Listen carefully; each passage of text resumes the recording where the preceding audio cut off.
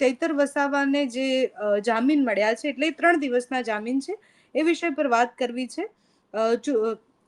ચોમાસું સત્ર છે અને ચોમાસા સત્ર માટે 3 દિવસ માટે વિધાનસભા આવવાના છે. એમાં પણ બહુ બધા ટર્મ્સ એન્ડ કન્ડિશન છે. આટલા સમયથી આટલા બધી વાર સુનાવણીઓ થઈ, બધું જ થયું, જામીન કેમ નથી મળી રહ્યા?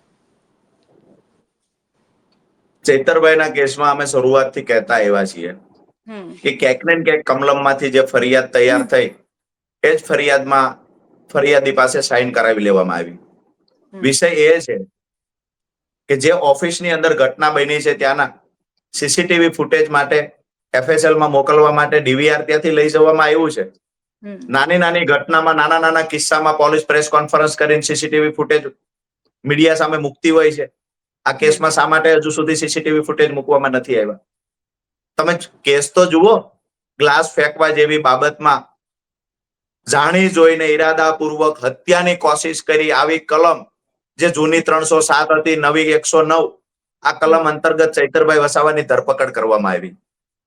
ખરેખર મને ચૈતરભાઈના કેસમાં એવું દેખાય છે ભૂતકાળમાં ગુજરાતમાં ક્યારેય આવી ઘટના નહીં ઘટી હોય. આવનાર સમયમાં એવું તો બની શકે કે સત્તા પક્ષનો હાથો બનીને અમુક અધિકારીઓએ કામ કર્યું હોય, પણ આટલી હદે કે ખાખીને દાગ લાગશે, ભવિષ્યમાં ક્યારેય સાફ નહીં થઈ શકે એટલો દાગ કોઈ લગાડવાનું કામ કર્યું હોય તો ચૈતરભાઈના કેસમાં અમુક અધિકારીઓએ કર્યું છે. નામદાર હાઈકોર્ટને વારંવાર ગુમરાહ કરવાના પ્રયત્ન પણ અધિકારીઓ દ્વારા થઈ રહ્યા હોય એવું લાગે છે. તારીખ ઉપર તારીખ અધિકારીઓ દ્વારા માંગવામાં આવે છે. અરે તમારી પાસે પુરાવા છે તો કોર્ટની અંદર પુરાવા મૂકો. કોર્ટના જવાબ આપવાથી શા માટે ભાગી રહ્યા છો? પહેલા તપાસના બહાને સમય માંગવામાં આવે છે કે અમારી પાસે અમે હજુ પૂરી તપાસ નથી કરી. ત્યાર પછી કહેવામાં આવે છે સરકારી વકીલ અમારે બદલવા છે. એક પછી એક મુદતમાં નવા નવા બહાના હેઠળ જાણી જોઈને ચૈતરભાઈ વસાવાને જેલમાં રાખવાનું એક ષડયંત્ર થયું છે. હાલ જે ચૈતરભાઈ વસાવાને વિધાનસભા સત્ર માટે જે 8, 9 અને 10 3 દિવસના જે શરતી જામીન મળ્યા છે વચગાળાના, તો આ જામીન આપવા બદલ નામદાર કોર્ટનો આભાર માનીએ છીએ. પરંતુ જેવી રીતે વિધાનસભા સત્રમાં ધારાસભ્યની જરૂર છે પોતાના વિસ્તારના પ્રશ્નો રજૂ કરવા માટે, એવી જ 2 મહિના કરતા વધારે સમય થઈ ગયો ડેડિયાપાડા અને સાગબારાના લોકોને ચૈતરભાઈની જરૂર છે. આ એ જ વિસ્તાર છે પાયલબેન જ્યાં ચૈતરભાઈની ગેરહાજરીમાં કરોડો રૂપિયાના ભ્રષ્ટાચાર થયા છે. આ એ જ વિસ્તાર છે ચૈતરભાઈની ગેરહાજરીમાં નકલી ઓફિસો બની, નકલી કચેરીઓ બની, નકલી દવાખાના બન્યા. ચૈતરભાઈની ગેરહાજરીમાં આજે એ વિસ્તારમાં જે ગ્રાન્ટો પણ વપરાતી હશે એમાં ક્યાંક ને ક્યાંક કરોડો રૂપિયાના ભ્રષ્ટાચાર કૌભાંડ થતા હશે. ચૈતરભાઈની જરૂર ડેડિયાપાડાને છે. ચૈતરભાઈ કોઈ ભાગી જનાર વ્યક્તિ નથી. ચૈતરભાઈને જ્યારે પણ આ કેસમાં જરૂર પડશે ત્યારે ચૈતરભાઈ જવાબો આપવા માટે તૈયાર છે. જ્યારે પણ જરૂર પડશે કોર્ટ બોલાવશે ત્યારે સહયોગ આપવા માટે પણ ચૈતરભાઈ જરૂર આવે છે. વિષય એ છે કે પોલીસનો રોલ છે કે ચૈતરભાઈની વિરુદ્ધમાં એકઠા કરેલા પુરાવા કોર્ટમાં રજૂ કરવા, પોતાનું સોગંદનામું રજૂ કરવું. પરંતુ આ કરવાની જગ્યાએ ક્યાંક ને ક્યાંક નામદાર હાઈકોર્ટને ગુમરાહ કરી અને ખોટી રીતે સમય પોલીસ પસાર કરી રહી છે.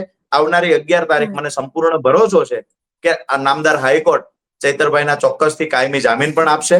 અને ખાસ કરીને જમાવટના માધ્યમથી એ વાતની પણ સ્પષ્ટતા કરી દઉં કે જે અધિકારીઓએ ખોટો રોલ અદા કર્યો છે, જે અધિકારી જુઠ્ઠા પુરાવાઓ એકઠા કરવાના પ્રયત્ન કરતા હશે, એને પણ આવનાર સમયમાં નામદાર હાઈકોર્ટમાં પોતાના જવાબો આપવા માટે તૈયારી રાખવી પડશે.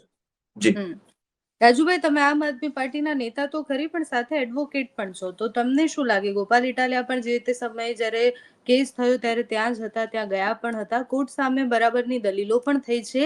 ગ્લાસ ફેંકવાની ઘટના પછી, આટલી બધી કલમો લગાયા પછી પણ એ લડત આપ્યા છતાં પણ, એટલે વકીલ બંને તરફથી છે, બંને તરફથી બોલવામાં આવી રહ્યું છે, છતાં જામીન કેમ નથી મળી રહ્યા?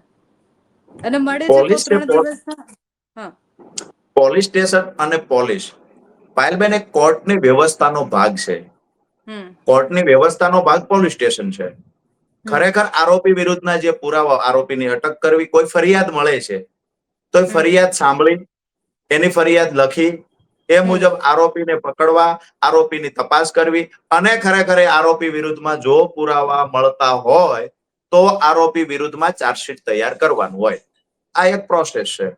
ચૈતરભાઈની વિરુદ્ધમાં એક પણ પુરાવો મળ્યો નથી. ક્યાંક ને ક્યાંક જુઠ્ઠા પુરાવો ભેગા કરવાનું કામ થાય. બીજી વાત આપે છે કઈ કે ક્યાંક ને ક્યાંક જામીન શા માટે નથી મળતા? જામીન તો પહેલા દરેક કેસની અંદર કોર્ટ ફરજિયાત સરકારી વકીલ મારફતે પોલીસને સાંભળતી હોય છે.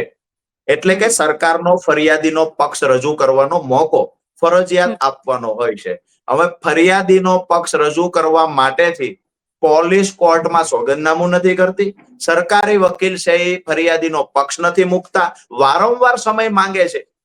જામીનમાં એટલા માટે લેટ થાય છે, બાકી કોઈ જ કારણ નથી. જે દિવસે હું પહેલા દિવસે કહેતો આજ પણ કહું છું કે ફરિયાદીનો પક્ષ સરકારી વકીલ જે દિવસે મૂકશે, જે દિવસે હિયરિંગ થશે, તે દિવસે 100% ચૈતરભાઈ વસાવાને ઓન ધી સ્પોટ એ જ મિનિટે નામદાર હાઈકોર્ટ જામીન આપી દેશે. આટલા સમયથી ડેડિયાપાડા ધારાસભ્ય હોવા છતાં ધારાસભ્ય વિહોણું છે, એટલે એમને કઈ પણ પ્રશ્ન છે તો એમની પાસે એમના ધારાસભ્ય નથી, જે વિધાનસભામાં ભલે અત્યારે જવાના છે પણ એમના મુદ્દા મૂકી શકે એટલા સમયથી એ જેલમાં છે. એટલે મોટા ભાગના અત્યારના મુદ્દાઓ ચેતરભાઈ સુધી પહોંચાડવામાં આવી શકે, પણ એમને ખબર નથી કે ત્યાંની અત્યારે પરિસ્થિતિ શું છે. તો આમ આદમી પાર્ટી આમાં હવે આગળ શું લડત આપવાની છે ચૈતર વસાવાને બહાર કાઢવા માટે? અમારી લીગલ ટીમ છે એ ચૈતરભાઈની સાથે છે. આખો કેસ છે એ ગોપાલભાઈ સહિત અમારી લીગલ ટીમ જે છે એ તમામ સ્ટડી કરી રહ્યા છે, આખા કેસને એ મોનિટરિંગ કરી રહ્યા છે. બીજી વાત કે જયારે ચૈતરભાઈને ખોટા કેસમાં ફસાવવામાં આવ્યા ત્યારે પણ આમ આદમી પાર્ટી ચૈતરભાઈની સાથે છે. એ મુદ્દે ત્યાં સંમેલન પણ યોજવામાં આવ્યું હતું અને આવનાર સમયમાં જે જરૂર પડશે એ તમામ જગ્યાએ આમ આદમી પાર્ટી ચૈતરભાઈની સાથે છે, આદિવાસી સમાજની સાથે છે.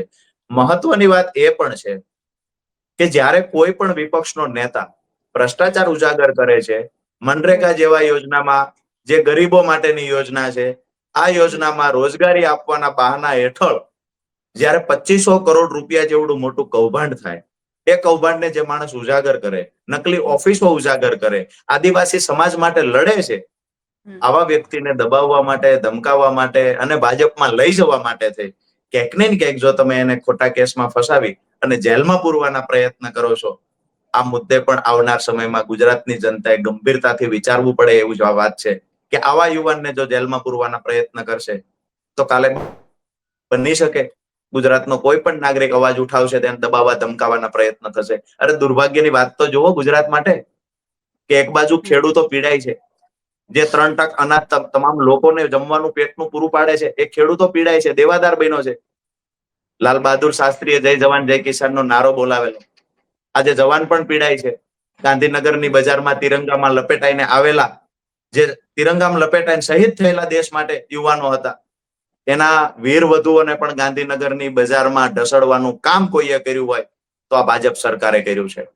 આનાથી વધારે દુર્ભાગ્યની વાત બીજી કોઈ ન હોય. રિટાયર થયેલા સૈનિકોએ પણ પોતાની વાત મૂકવા માટે આંદોલનો કરવા પડે છે, એને પણ ઢસડવામાં આવે, એને સાથે પણ ધક્કામુક્કી કરવામાં આવે છે. આ બાજુ ખેડૂતો છે તો ખેડૂત વિરોધી વારંવાર નિર્ણય લેવામાં આવે અને આદિવાસી સમાજ માટે એક યુવાન લડવા નીકળ્યો છે, તો ધારાસભ્ય હોવા છતાં એ વ્યક્તિને જુઠ્ઠા કેસમાં ફસાવી અને ભાજપે સાબિત કર્યું છે કે ગ્લાસ ફેંકવા જેવી બાબતમાં પણ અમે તમારી પર 307 કરી શકીએ. મતલબ સાફ છે, તમે ગમે એટલા સમા સુતળા હોય, તમે ગમે એટલા દૂધે ધોયેલા હોય, અમે ઈચ્છીએ ત્યારે તમને જેલમાં પૂરી શકશું. આ ઉત્તમ ઉદાહરણ ચૈતરભાઈના કેસમાં ભાજપે પૂરું પાડ્યું છે. Thank you so much Rajubhai, તમે સમય આપ્યો એ બદલ, તમે અમારી સાથે વાત. Thank you. ધન્યવાદ.